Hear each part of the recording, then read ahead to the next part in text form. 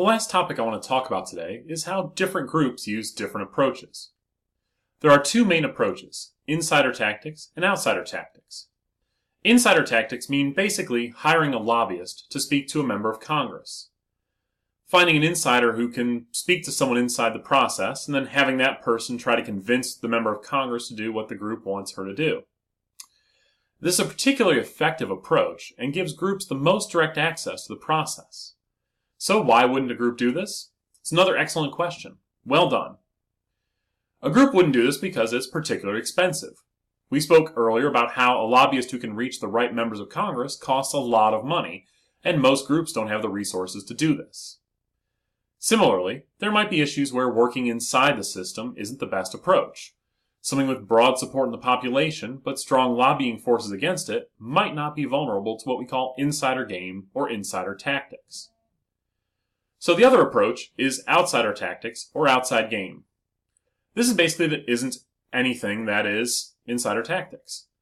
This can include grassroots approaches like letter writing, email, phone calls, the Twitter, marches, protests, op-eds, letters to the editor, whatever else you can think of. These sorts of mass media, mass demonstrations, public ideas rather than lobbying inside Congress. Basically anything that the public does is outsider tactics. You ask, why would a group use this issue? Another excellent question. Well done. This approach is particularly useful for groups who have a lot of members, but not a lot of money. A show of support can be particularly effective in drawing attention to an issue that the mainstream public isn't speaking about. A great example is the immigration rallies from a few years back. Marches on major roads and even highways showed how many immigrants were in America and how significant their numbers are and how their issues should be important to everyone.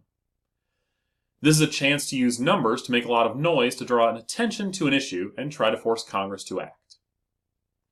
One final note, insider and outsider tactics are not mutually exclusive. Groups can use both simultaneously, and frequently one approach will complement the other one. A good outside strategy combined with inside strategy can be the most effective approach of all.